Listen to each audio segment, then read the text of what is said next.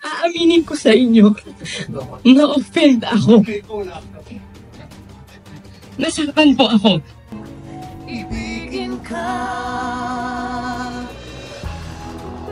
Dingdong Dantes at Karil muling nagkaharap sa It's Showtime matapos ang halos 2 dekada. Netizens, napahalaka sa reunion moment.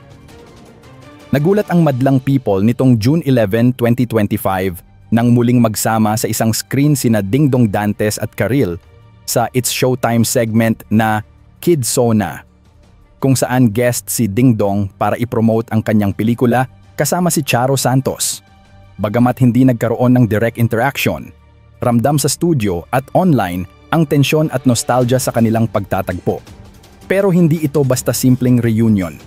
Kung tutuusin, ito ay isang full circle moment ng isang matagal ng issue sa showbiz industry.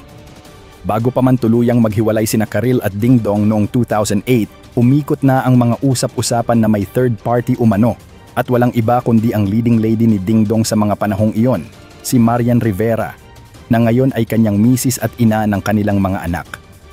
Matatandaan din ng marami ang panayam ni Marian Rivera kung saan galit na galit ito kay Karil matapos tanungin kung totoo bang buntis siya noon kay Dingdong. Isang tanong na tinawanan lang ni Karil sa isang interview. Kung may babae na buntis o kung ano man, sasabihin ko na hindi ko alam o wala ako sa posisyon para sagutin yan. Pero yung ngumiti lang siya na parang nagbibitin siya. Aaminin ko sa inyo, na-offend ako. Nasaktan po ako. Para kay Marian, ito ay isang bastos at mapanirang sagot kaya't nagpatutsada siya on national TV. Aaminin ko sa inyo na offend ako. Nasaktan ako. Umiiyak at matapang na pahayag ni Marian Rivera kay Karil at Boy Abunda. Sa panahong iyon, mariing itinanggi ni Dingdong at Marian na may namamagitan sa kanila, iginiit na trabaho lang. Ngunit makalipas lang ang ilang buwan, umamin rin sila sa tunay na relasyon. Isang pag-amin na lalong nagpatibay sa espekulasyon ng third party noon. Bago pa man pumutok ang issue ng hiwalayan, nagningning na ang tambalan nina Dingdong Dantes at Karil bilang Ibarro at Alena sa kauna-unahang season ng Encantadia noong 2005. Isa ito sa mga pinakakiniligang love team ng fantaserye era, punong-puno ng tension, lambingan at forbidden love feels sa gitna ng digmaan sa mundo ng Lireo. Kaya nang i-remake ng GMA ang serye noong 2016, isa sa mga tanong ng loyal fans ay, paano na si Alena kung wala na si Karil sa GMA? Sa puntong iyon, nasa ABS-CBN na si Karil. Dagdag pa sa showbiz intriga, nagbago rin ang karakter ni Dingdong Dantes sa Encantadia remake. At lalo pang naging juicy ang usapan ng si Marian Rivera na mismo ang mapasama sa bagong bersyon ng serye. Sa original Encantadia noong 2005, si Dingdong ay si Wibaro Ashwaibrahim, ang prinsipe ng sapiro at love interest ni Alena Karil. Pero pagdating ng 2016 remake, ibang aktor na ang gumanap kay Ibarro, si Ruru Madrid, at si Dingdong naman ay bumalik bilang Rakim, ang ama ng mga sangre. Isang mas mature na role. Ang mas kapansin-pansin, si Marian Rivera na, ang tunay na misis ni Dingdong sa real life, ang gumanap bilang Inang Reyna Minea, ang reyna ng Lireo at ina ng mga sangre.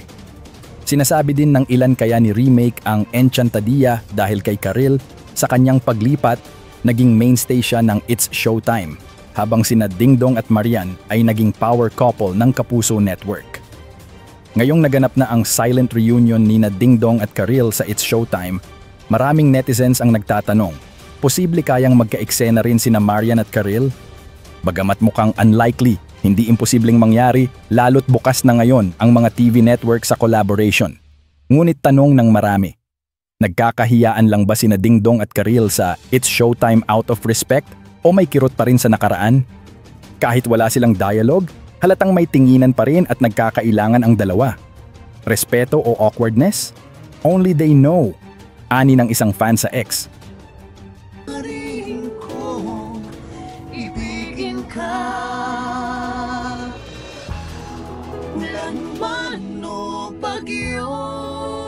Ibitin siya. Aaminin ko sa inyo, na-offend ako. Nasaktan po ako. Minea.